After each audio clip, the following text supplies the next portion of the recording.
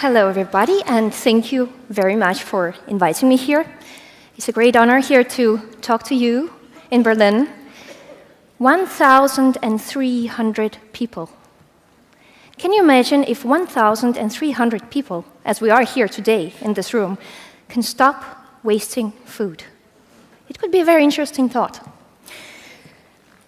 For centuries, we have been using graveyards to bury our deceased loved ones. Today, we are using our refrigerators to bury our food. The refrigerator graveyard. Let me explain. This is a very, very common trait in the developed countries. We don't really know what we have in the refrigerator and we have in the kitchen, and we go to the shop, we buy more food that we actually need, and then there's those quantity discounts, and you have to buy the food on the quantity discounts because you think that you can save money. And then what happens is that you go home, you put the food in the back of your fridge, and you use some of that, and then you forget about the rest. And time goes, and the food gets rotten and bad, and then you throw it away because it's no longer food; it's waste. And you don't even feel bad about it because it turns to waste. And then you go to the store and you repeat the same pattern again and again and again. Now, many of us don't actually think about our food waste, but in the developed countries, 55% of the food that we buy it directly to feed the garbage. Ladies and gentlemen, this is craziness. We're here in Berlin today. Every German, if we have some numbers now, every German citizen in average wastes about 98 kilos per year. If we go to the European Union, every European citizen of the European Union average wastes about 179 kilos per year. And it gets worse.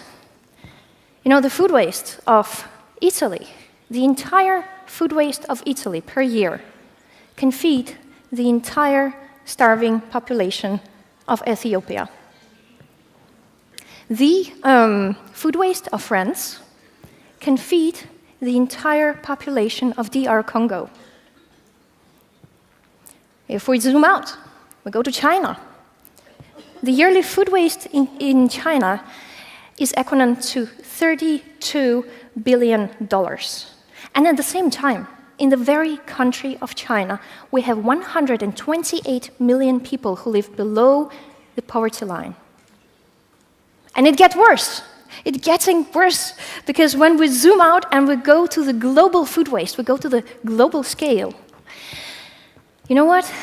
This is depressing. This is a global tragedy. Yeah, it's so depressing that the scene is falling apart.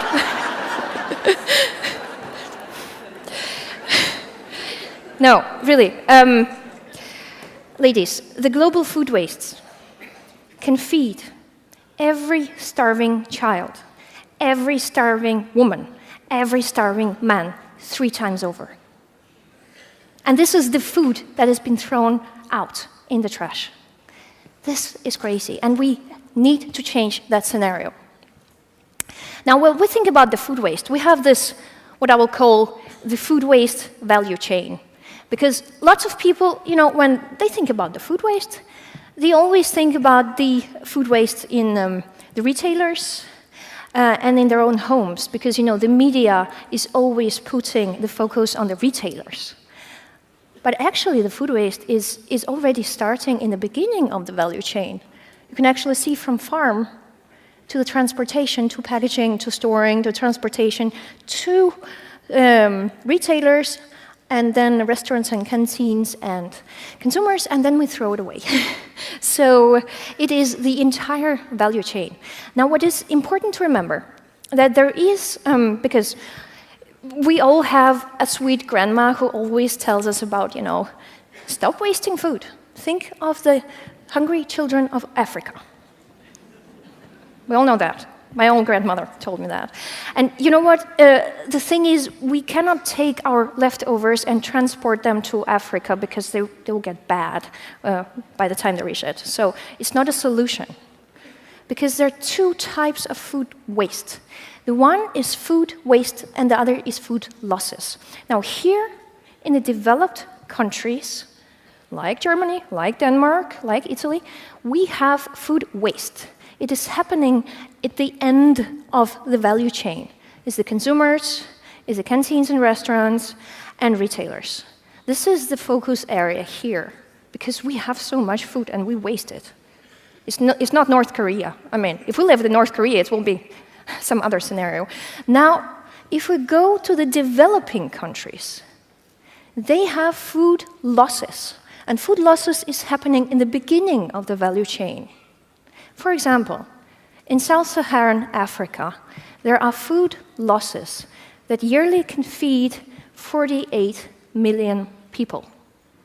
But that food never reaches to those 48 million people because there are lack of infrastructure, there are lack of storage, and that's why they don't have food.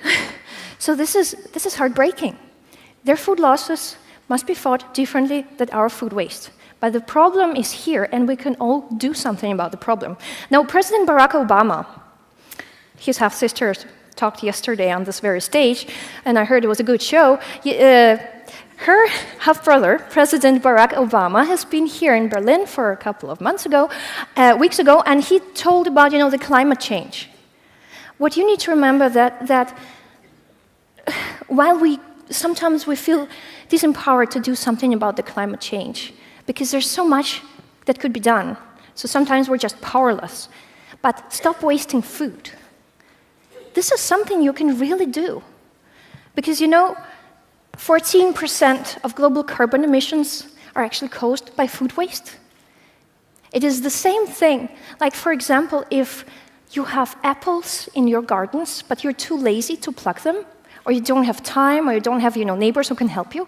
So you go to the store, and you buy apples that come from Brazil, or Chile, or New Zealand, flown all the way from the other side of the world, and then you just dispose half of them because you don't, they get wrinkled and you don't really eat them. This is food waste. And this is, stupid food waste that you can cut. So basically, this is something that we all can do. We can all stop wasting food. This is very easy, and I want to brush up a little bit of advices here, so you can already hear 1,300 people, as we're here today, can start thinking about our food waste. Now, first of all, at home, do use your food, because many people, they forget what they already have in the fridge. They forget what they have in the refrigerator, and when they go to the store, they go like, oh, maybe I can buy this, and they already have it. So it's a good thing to have this rotation principle, like rotate the food, put the oldest food in the fridge in front and use it up first. When you go shopping, it's a good idea to have shopping lists, because otherwise sometimes there are quantity discounts, you get a little bit too tempted to buy more than you actually need. When you cook at home, think about the portion sizes, especially in the United States. It's a huge problem. Portion sizes are too big. And unfortunately, sometimes people get to it too much. Think about the portion sizes. A good thing is to actually serve smaller portions or to have smaller sizes of plates. Some Danish restaurants are actually doing that, and they're cutting 30% of their food waste because, people, they eat with their eyes. They put much more on the plate than they actually need, and they just only eat half. So if you have smaller plates, it's a really good trick. It's like nudging trick. And of course, use your leftovers. In Denmark, I published a book some years ago, and it was actually an international awarded book for the leftovers. And it started, using the leftovers. It's a very, very good thing because sometimes, the food actually tastes better on their day number 2. Now, what also it is important that you know the difference between use by and best before dates. And when I go to conference and I talk to people, it's like 1 or 2% knows the difference about use by, best before dates. Let's brush it up. Use by It is the food, for example, fresh meat, fresh fish. You don't eat the food that is past the use-by date because it gets bad. But the best before date, it is bread, it is chocolate, it is cornflakes, it is rice, it is pasta. You don't die after, if it expires just with 1 week. So remember, best before does not mean toxic after. Remember that.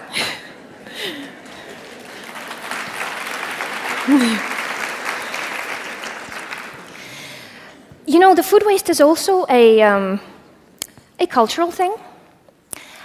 This is my first time in Berlin. And this is, a very special time for me because although I've been living here in Denmark for 20 years, I'm originally from Russia. I was born in Moscow at the time of the communism. Can you imagine the country that could be self-sustainable as Russia? They had to rely on the food help, on the foreign aid.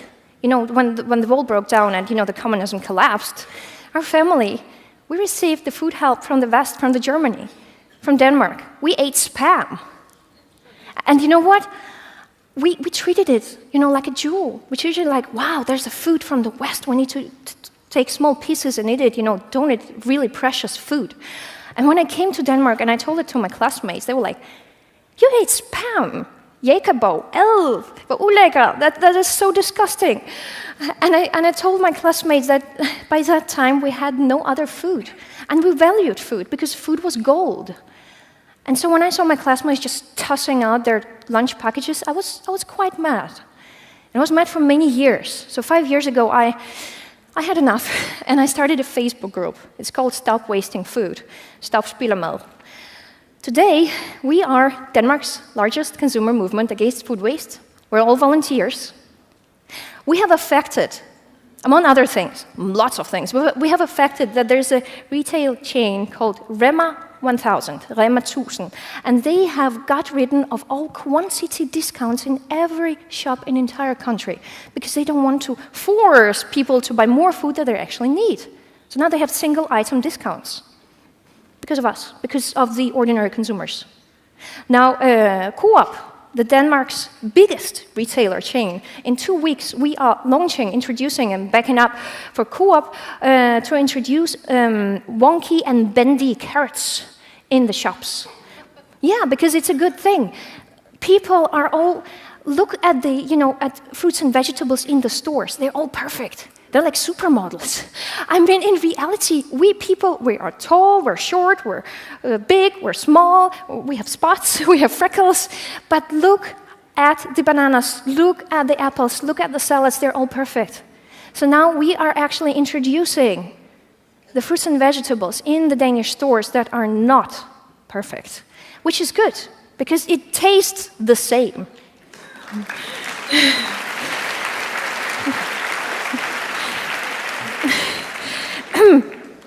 So actually, what we do is we inspire people everywhere. I've been writing like 100 articles and 3 opinion editorials with ministers, and I'm talking panel debates with Connie Hedegaard and United Nations and collaborating with the European Union project. This is a whole huge thing. But what is important to remember about food waste, it is something you all can do something about, because it is not difficult. When you start thinking about your food waste, you can actually think that you can save money, you can save environment, you can contribute to a better future. And it's a very, very, very small action. And if we all can do that, can you imagine what could happen to our planet?